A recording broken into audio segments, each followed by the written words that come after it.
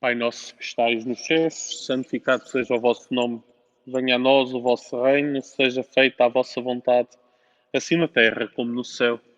O pão nosso de cada dia nos dai hoje, perdoai-nos as nossas ofensas, assim como nós perdoamos a quem nos tem ofendido, e não nos deixeis cair em tentação, mas livrai-nos do mal.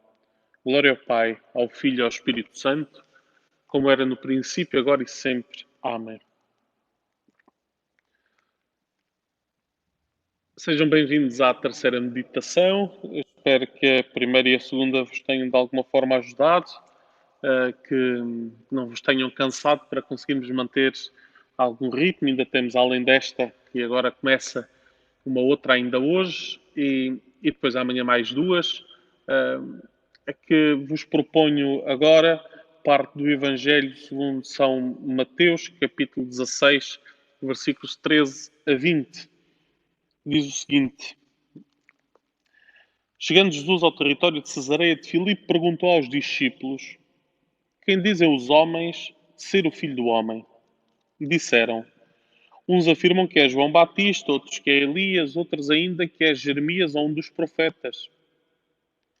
Então perguntou-lhes: E vós? Quem dizeis vós que eu sou?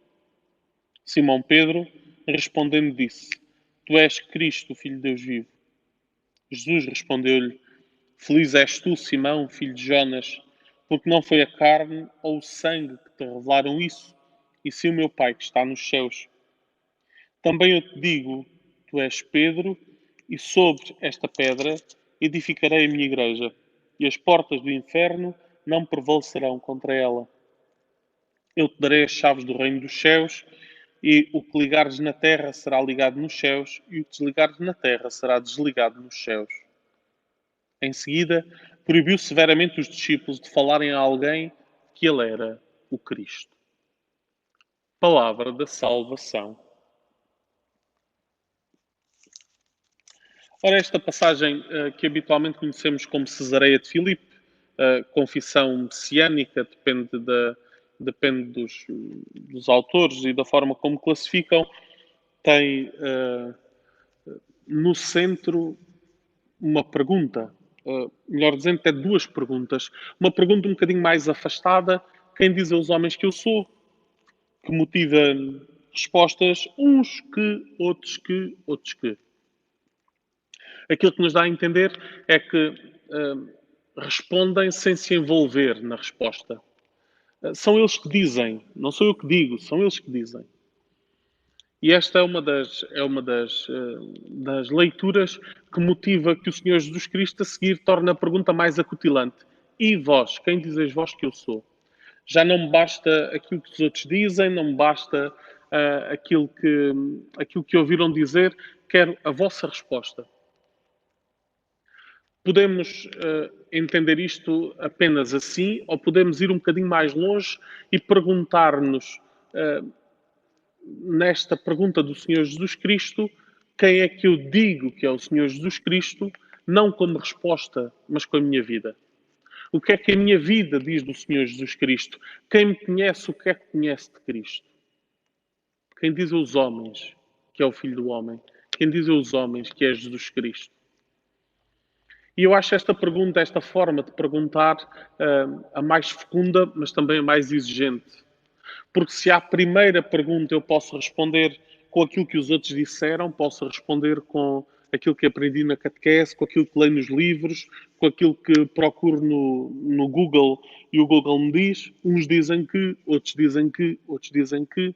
Se à segunda, a pergunta como o Senhor Jesus Cristo a faz, e vós, quem dizeis que eu sou, já não chega a isso, já tenho de dizer, tu para mim és.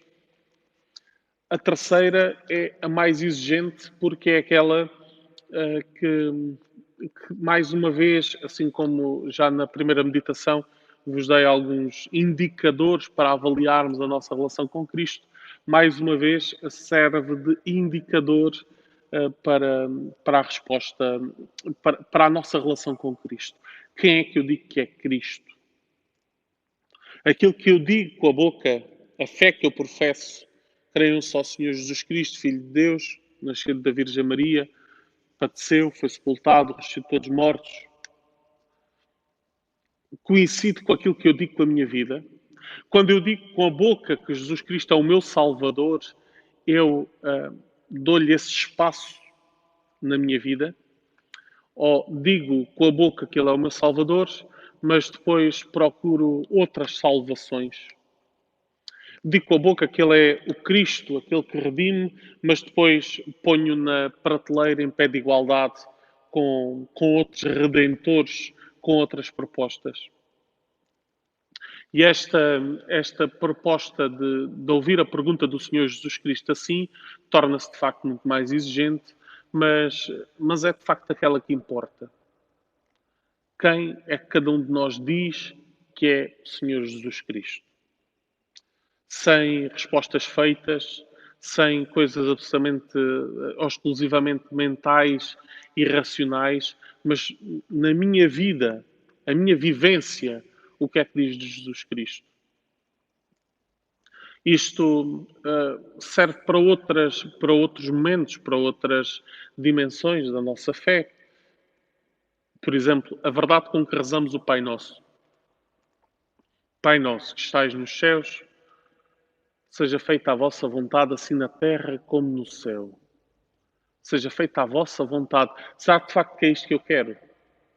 Haverá coerência entre estas minhas palavras que o Senhor Jesus Cristo me ensinou e depois aquilo que eu quero na vida? Ou será que eu faço da minha oração um exercício de impor a Deus a minha vontade? De impor a Deus aquilo que quero? O que é a minha oração? E o que é que a minha oração diz de Jesus Cristo? Faço da minha oração um exercício para cansar Deus com a minha vontade até Ele me fazer a vontade?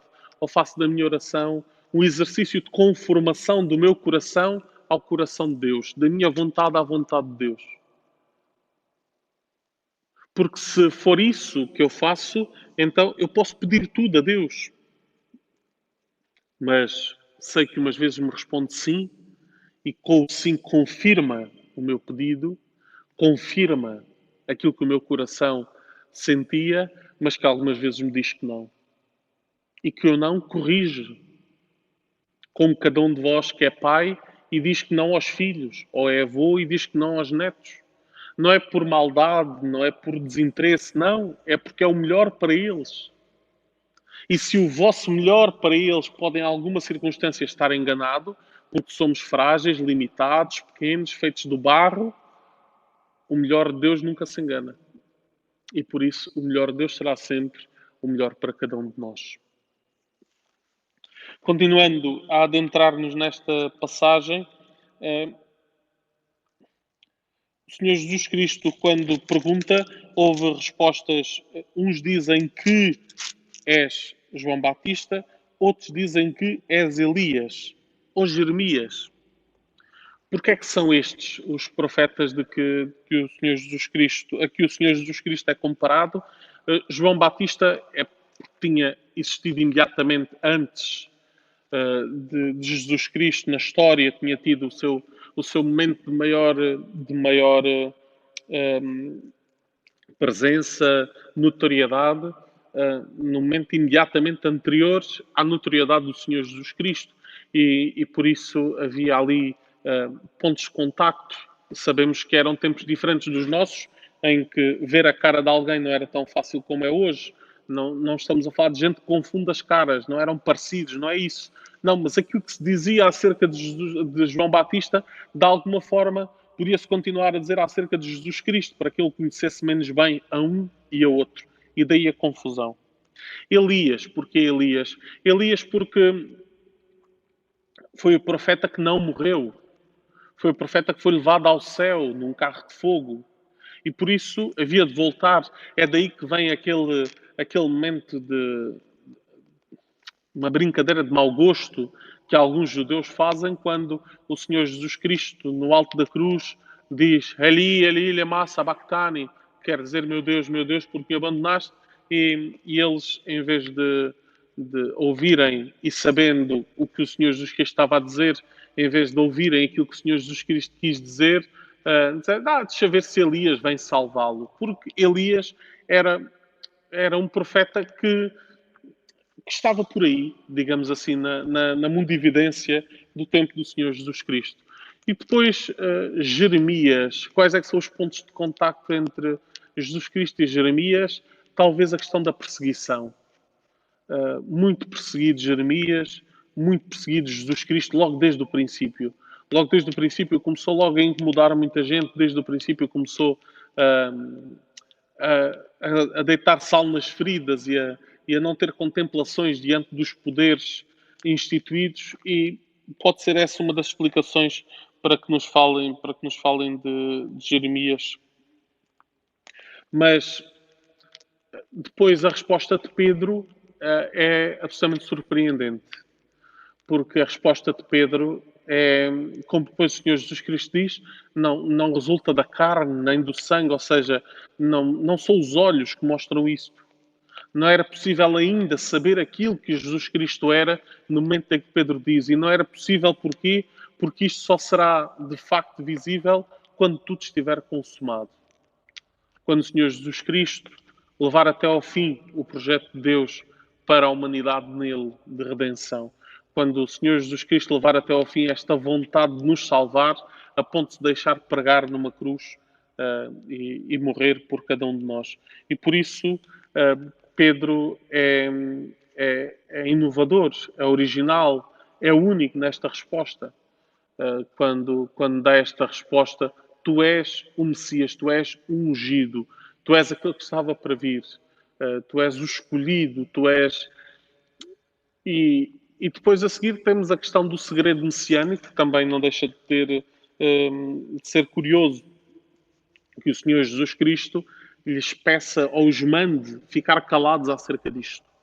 Parece contraditório, então ele veio para se anunciar e de fazer discípulos de todas as nações, batizai-os em nome do Pai, do Filho e do Espírito Santo, e dizei que o reino de Deus está próximo, curai os enfermos e anunciai a palavra de Deus. E depois, quando alguém sabe que Jesus Cristo é o Messias, diz, não, agora não digam isto a ninguém. Tem que ver isto exatamente com aquilo que dizia, com a questão do projeto de Deus a respeito de Jesus Cristo e o projeto de Deus para a humanidade. Poderia o facto de se tornar voz corrente que Jesus Cristo era o Messias, poderia de facto perigar o projeto que Jesus Cristo tinha, o projeto de serviço, o projeto de obediência. Mesmo assim, diz-nos o Evangelho que quando se começou a saber, porque curou o leproso, porque curou o cego, porque fez este milagre, fez aquele, Jesus Cristo já não podia entrar abertamente nas cidades, porque a multidão se juntava, porque vinham para o fazer rei. São duas ameaças que o Senhor Jesus Cristo enfrenta. Por um lado, enfrenta a ameaça daqueles que vêm para o fazer rei, vêm para o fazer Messias, como eles imaginam o Messias e não como Deus imagina o Messias. Como eles querem o Messias e não como Deus quer o Messias. Essa é uma das ameaças da qual o Senhor Jesus Cristo foge. E a outra ameaça da qual o Senhor Jesus Cristo foge é daqueles que o tentam apedrejar, que no fim, depois de tudo estar consumado, então deixa que isso aconteça, não por eles quererem, mas porque Ele entrega a vida para nos salvar. Então, neste momento breve de oração, que será necessariamente mais breve do que o anterior, proponho-vos esta questão. Quem é que eu digo que é Jesus Cristo? Aqueles que trabalham ao meu lado, o que é que eles sabem de Cristo a partir da minha vida? Aqueles que vivem na mesma casa que eu, o que é que eles sabem que Cristo faz porque vem isso a acontecer na minha vida? O que é que eu digo que é Jesus Cristo?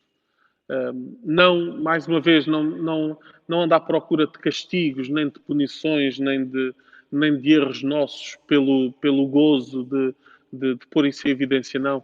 É porque é a partir das nossas falhas e das nossas limitações, e é aí, nessas falhas e nessas limitações, que percebemos o quanto Deus nos ama, porque nos ama apesar das nossas falhas e apesar das nossas limitações. É a partir da verdade que somos, assumindo-a, aceitando-a, que podemos construir algo mais parecido com aquilo que Deus sonha para cada um de nós.